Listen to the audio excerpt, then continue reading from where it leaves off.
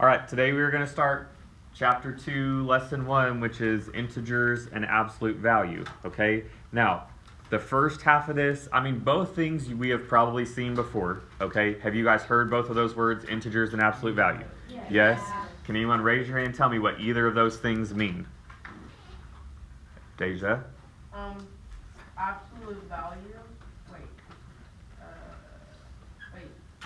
You know what? Someone else can make it. Okay. Jack? Integers are like negatives and positives. Give me a little more specific. Negative and positive. Like negative 9. Okay. Is an integer. Can an integer be 9.7? No. No. So they have to be negative and positive whole numbers. Okay? Very good. So integers, let's write this down. Okay? Integers are negative and positive whole numbers.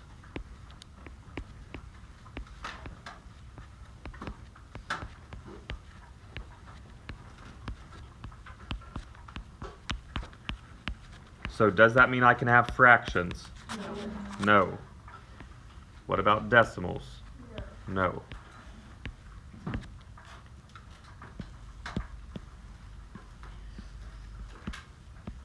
All right, so most of us know an integer when we see one, right?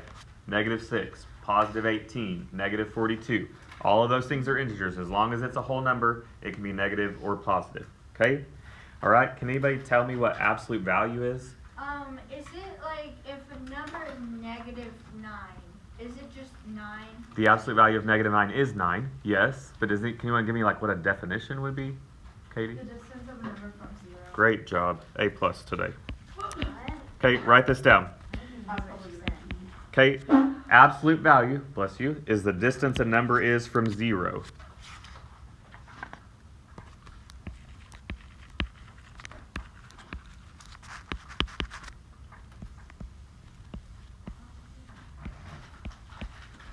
Okay, now that is the reason when we talk about absolute value, the answer of absolute value is always positive. Now, we're going to look at some different ways. It is possible to take the absolute value of a number, get a positive, but then when you're still working through a solution to end up with a negative answer, okay?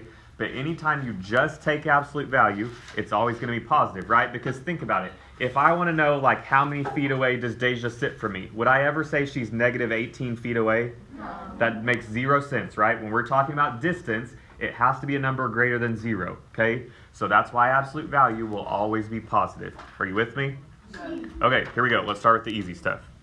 Integers first. All I want you to do is we're just going to write an integer for each situation. So if it says that we have 23 degrees Fahrenheit below 0, can anyone tell me what integer I would use to show this? Noah? -23. Perfect. Easy enough, yes? Yeah. All you're doing is writing a number. It's either going to be negative or it's going to be positive, okay? Somebody else tell me, what if we have 11 inches more than normal? Just 11, right? So you basically, it's either positive or negative, it's the number that they give you? Yes, sir. All right, Jackson, this will be a good one for you.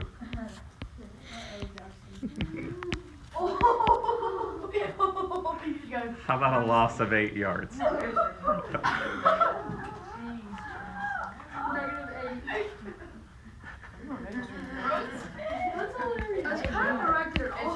Okay, you're correct. And I've actually never lost it. It's You probably lost mine instead. okay. Last one.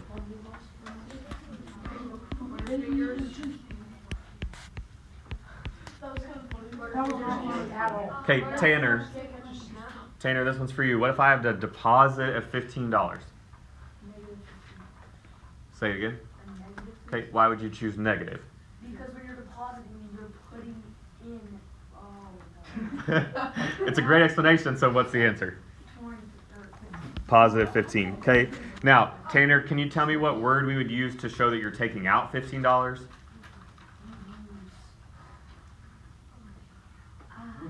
What is it? Withdraw, yeah. So when you're talking about money, right, bank account, withdraw means you're taking it out, deposit means you're putting it in, okay?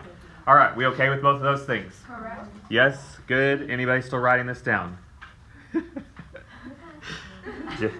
Jackson's gonna be mad at me the rest of the day. Yeah. I'm number one. All right, here we go.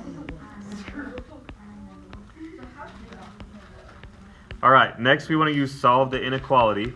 Now, can anyone tell me when you see the word inequality, that means we're using what type of sign? Is that negative? Equal? No, it's What are those called?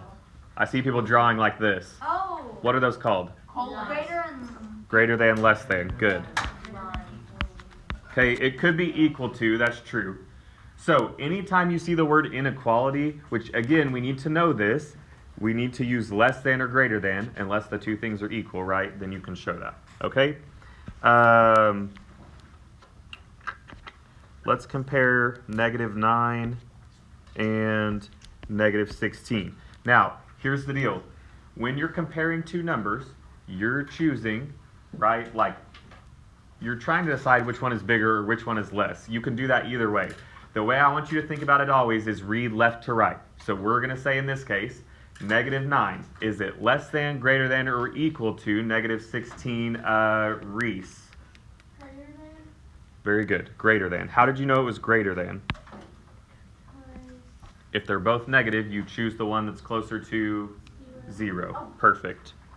Okay, now that's the only time you can say that. Like some people today were getting confused. They were saying, well, I'm just choosing the one that's closer to 0. That's not what it's asking. It's asking you to choose the bigger one each time. Okay? All right, Chastity, what about -7? And we're going to compare that to +7. Would you say that -7 is less than, greater than, or equal to +7?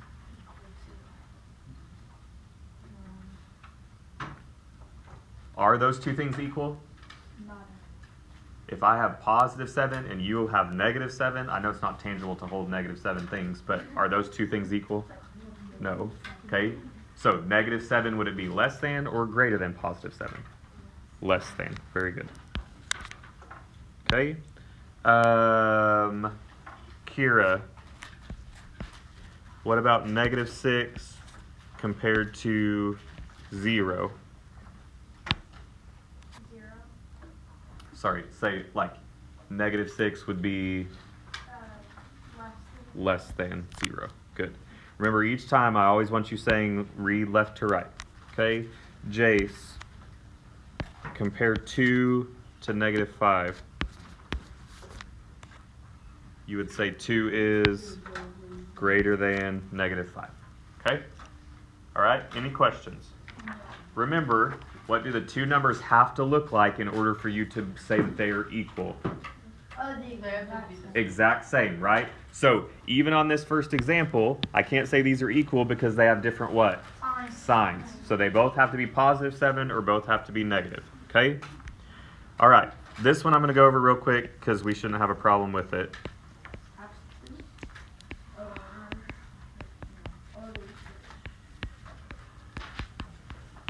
Okay, Kyle, I want you to do this one for me. I'm going to give you a list of numbers, and I just want you to put them in order for me from least to greatest, please.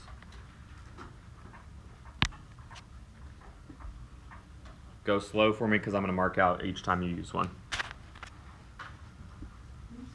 Go ahead, Kyle, when you're ready. -5. Okay. You can keep going. 1. Good. 0. 1. 2. And 4. Very good. Okay. All right. I'm not going to spend any more time on that because I think that's stuff we should all know. Yes? Okay. Any questions on what we've done so far? All right. Here's the stuff that's going to be just a little bit new. I know, did you guys talk about absolute value last year? Okay, a little bit. So we should at least have an idea of it, right? So when I see the absolute value of 6, remember it's going to be these big tall lines that go around that mean absolute value, okay? Cutter, when I say the absolute value of 6, you would tell me the answer is just 6. The exact same number. Okay, sure. Because isn't 6 still 6 away from 0? Yes. Yes, okay. What about the absolute value of negative 6, Kai? 6. Because isn't negative 6 also 6 units away from 0? Yes. Remember we talked about earlier, it's the distance away. So that's why both numbers, even though they're one's negative, one's positive, are going to have the same absolute value because they're both 6 units away from 0. Okay? All right. Now let's look at just solving some expressions that show absolute value. All right, so here I have the absolute value of negative 8 minus the absolute value of 5. Now, can anyone give me an idea of what I should do before I subtract these two numbers? Deja? Find the absolute value. Okay, Deja, what's the absolute value of negative 8? 8. What's the absolute value of 5? 5. Okay, so now can I do 8 minus 5? Yes. Yes, what is 8 minus 5? 3. Okay, now here's the problem that I see a lot of people do. They see this problem and they just think, okay, I'm going to do negative 8 minus 5. My answer is negative 13. It's not correct because you have to take absolute value first. Okay, I'm going to show you that in every one of these examples, but I want to tell it to you again so we know. You cannot start subtracting until you've gotten rid of those absolute value signs. Okay? All right, let's do 6 plus the absolute value of x if x is equal to negative 2. All right? Now, who can tell me first, what's the first thing I would want to do to start this problem, Tanner? You want to take away all the absolute value. Or you want to make sure that you have all the absolute value. Yes, but there's something I have to do before I take absolute value. Connor? Change the x to 2. Okay, what's that called? Katie? What's that called when I replace x with a number? Starts with an S. Simplify. No. Oh, wait. Substitution. Substitution, very good. Okay, so I'm going to substitute what number for x? Negative 2. So my first step is to show substitution. Notice I still wrote those absolute value signs. Why? Because I haven't done any work yet. I'm only substituting that number in for x. Okay? So now, Tanner, tell me what's my first step here. Now you take away the x. Okay? Tanner, what is the absolute value of negative 2? 2. Okay? Now can I add those two things together? Yes. And get a total of 8. Very good. Okay, we ready for some that are a little bit harder? Yeah, let's go. Ruby, was that you that said yes? Great, you can have the first one.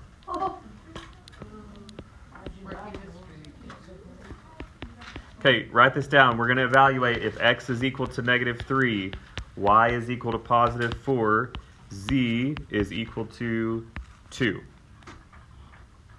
Y equals 4. Y is equal to 4, z is equal to 2. Why does your 0 look like that? That way you know it's not a 2. Oh.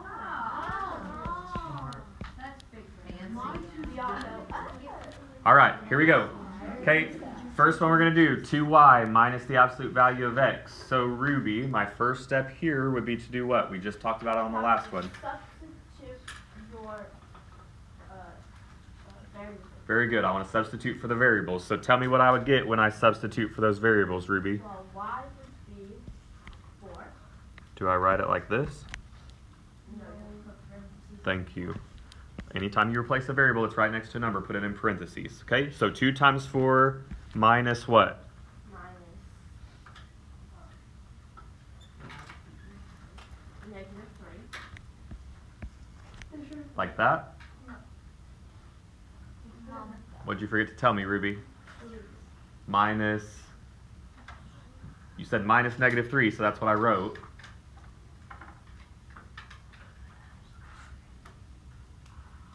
What are those things? What Yeah, are, that's what I was going to ask. What are those things called? we just talked about it. What are they called? Absolute value. Absolute value, right? So where do I put those, Ruby? Good. So like the two lines are called absolute, Absolute value. There's not like a Correct. legitimate Yep. name for it. Just absolute value. Okay. Okay. Okay, stay with me. All right. Okay, Ruby, what would I do next? Then you have to put which is what? Oh, you can go ahead and do that. You can do it in the same step. What is 2 times 4? 8. Okay. So I'm going to say 8 minus what, Ruby? Why would I just put 3?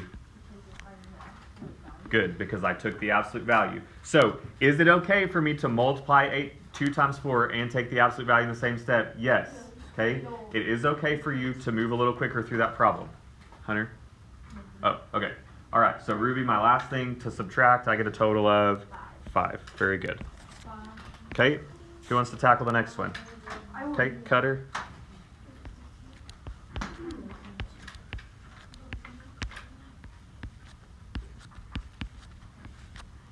All right, we're going to do 3y plus 3z plus the absolute value of x. First thing I would do is what, Cutter?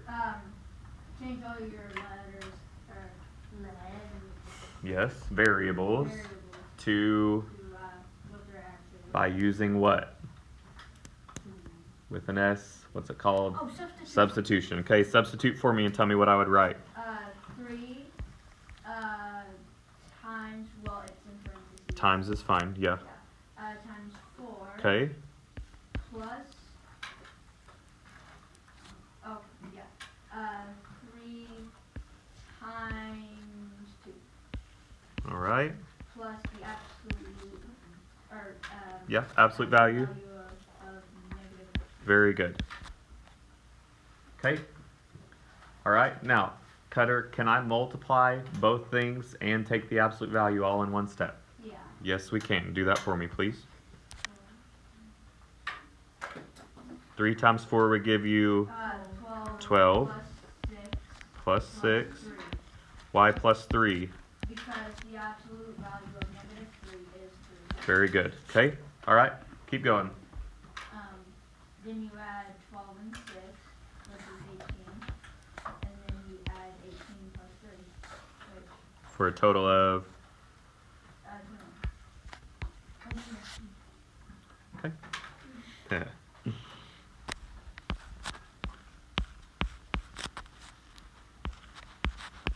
Oh.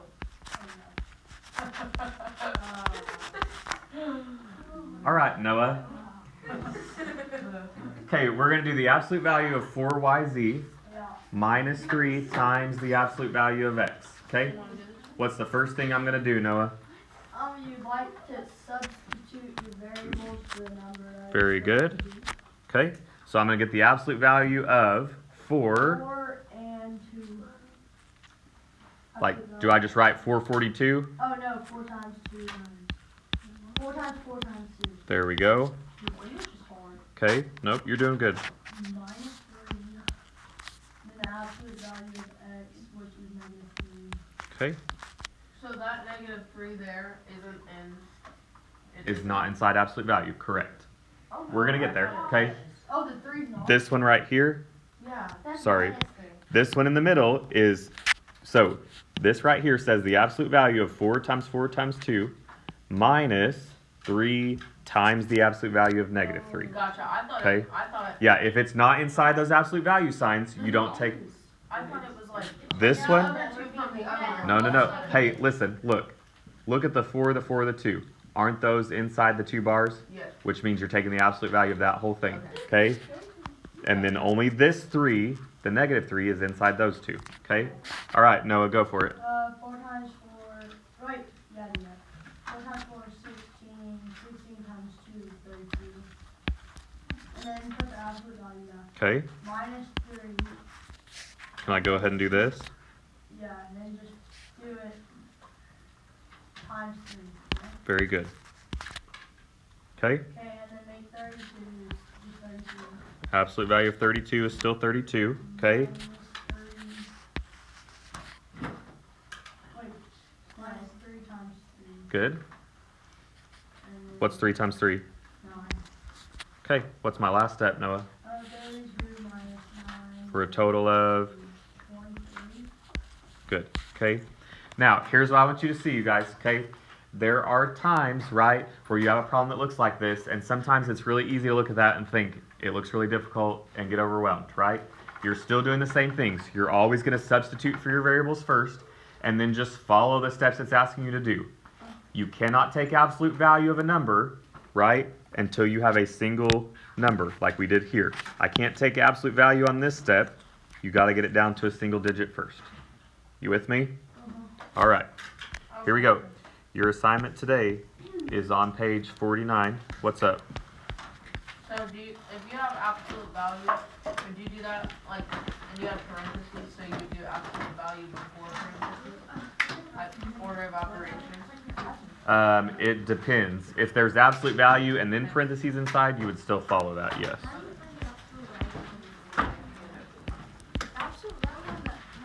But will we have one of those? Just don't worry about it. I know, but Hey, listen, you guys. I realize that when you're writing out each individual problem, it looks like a lot more than when I say 12 through 40, okay? It's not any more than what we would normally do, all right? So make sure you write these down correctly so you don't miss any of those problems.